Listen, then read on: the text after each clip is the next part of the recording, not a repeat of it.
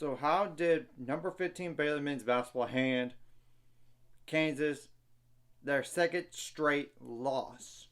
And the fourth time in a row that Kansas has come down to Waco, Texas and not won.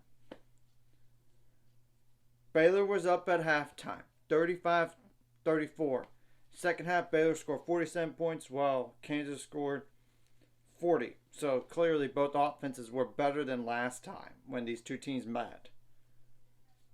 And I want to go over like the last minute and a half of our game or so that besides the stats, and I apologize if I have to look down because I cannot memorize all that. So like a 2:14 left, Kim McCullough made a jumper off an offensive rebound like to give Kansas just to narrow the deficit down to 75-69. Ray J. Turners turned the ball over with 150 left, and it was stolen by Dejon Harris, and he made a layup with 143 left. So 75-71. So this was a critical stop coming up for Kansas if they needed it. And they couldn't get it because Ray J. Dennis made a jumper to give Baylor the 77-71 lead with 117 left. And Dejon Harris missed a layup around 102 left. And Ray J. Dennis got the defensive rebound and foul on KJ Adams. Jacoby Walter made two free throws. The first free throw, then the next. So 79-71. And Ken McCullough missed a three. Jacoby Walter got the defensive board. And Elmarker Jackson from Kansas had the foul. And Jacoby Walter on a 1-on-1 missed the free throw. And KJ Adams got the defensive rebound. 35 seconds left. Hunter Dickinson made a three-pointer assisted by Kevin McCullough. Timeout was called by Kansas right then. Then a foul on Elmarker Jackson around 27 seconds left. And Ray J. Dennis went to the line and made both free throws. So 81-74 lost. That was the final score. And Kevin McCullough did miss a three around 21 seconds left. Then Jacoby Walter got defensive rebound and foul on KJ Adams. And Ray J. Dennis missed the first free throw but made the second. So it was not Daw's final score, but it was close to it, by the way. I apologize for misspeaking there. So 82-74 at that point. And Johnny Furphy missed a three-pointer around 4 seconds left. And Jacoby Walter got defensive rebound. And Kansas called a game.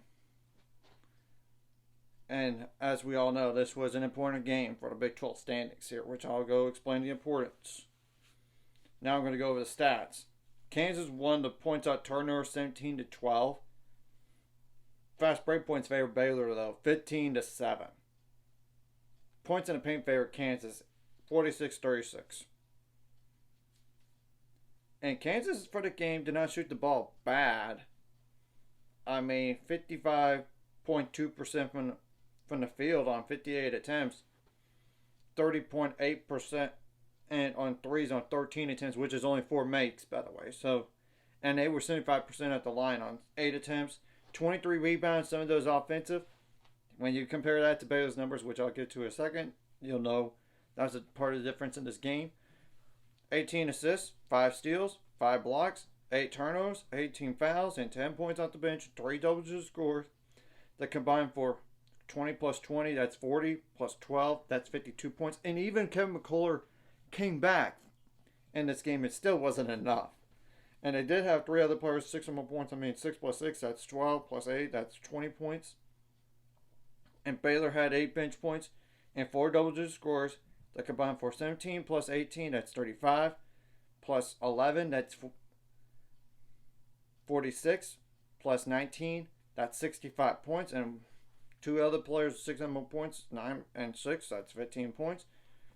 And and Baylor shot slightly better than Kansas, slightly, 55.6% from the field and 54 attempts, 41.2% on 3-pointers on 17 attempts. So that's 7 makes. So that's part of the difference in the game too. And same 5% on free throws on 20 attempts. 31 rebounds, 10 of those offensive. 14 assists, 7 steals, 1 block, 11 turnovers, 7 fouls. And that's a lot less than last time in terms of that turnover. I knew Baylor was now going to turn the ball over 21 times again to Kansas. And that was the only reason why Kansas won the game. Besides, Baylor had 2 good shots at the very end and couldn't make the 3 to force overtime. And Ray J. Dennis had a double-double, 19 points on 7 for 8 shooting, 1 for 1 on threes, 4 for 5 on free throws, 3 rebounds, and 10 assists, 2 steals. But he's Missy. He took Hunter Dickinson to school.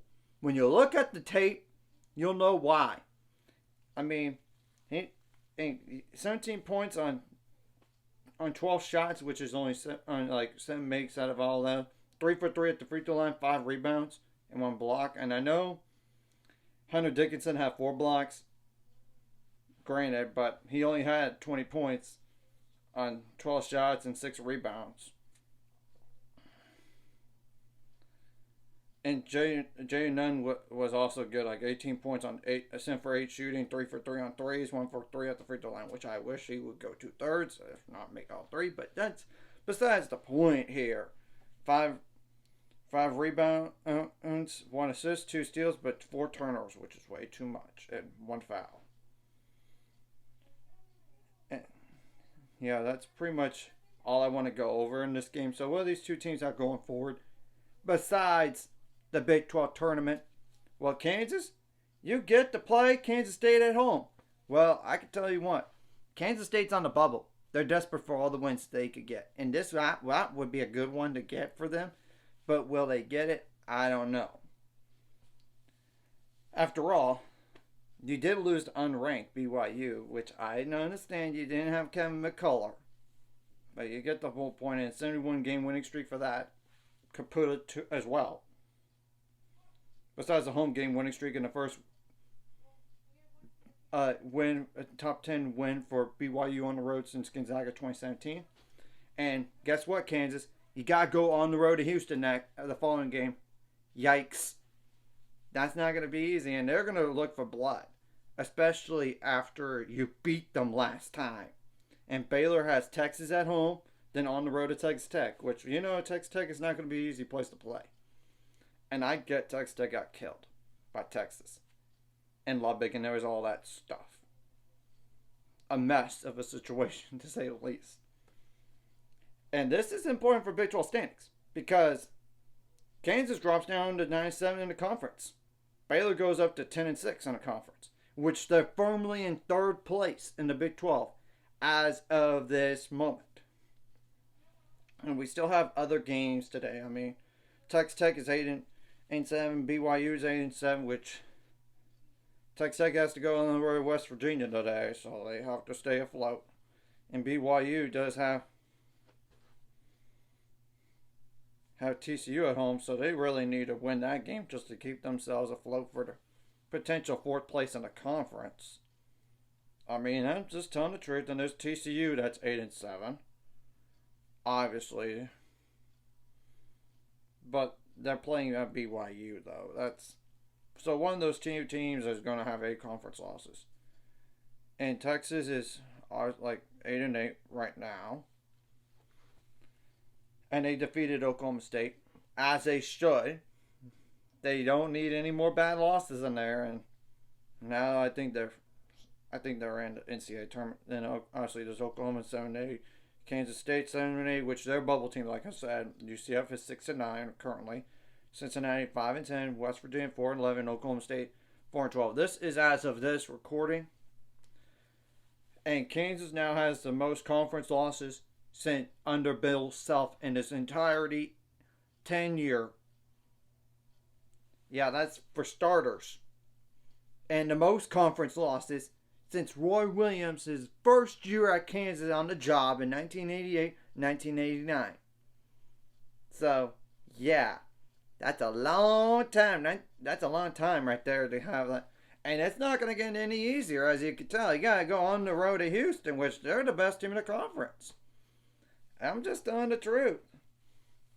So anyways, if you like this content, hit the like and subscribe button. See you guys later on the road to 600 subscribers. Of course, ultimate goal is 1,000 more, so we might have to score liking the video. Comment video really helps YouTube algorithms so more people can see it. Sharing the video does help as well, so more people can watch. And if you're watching and not subscribed, hit subscribe button. It's free, the notification bell as well.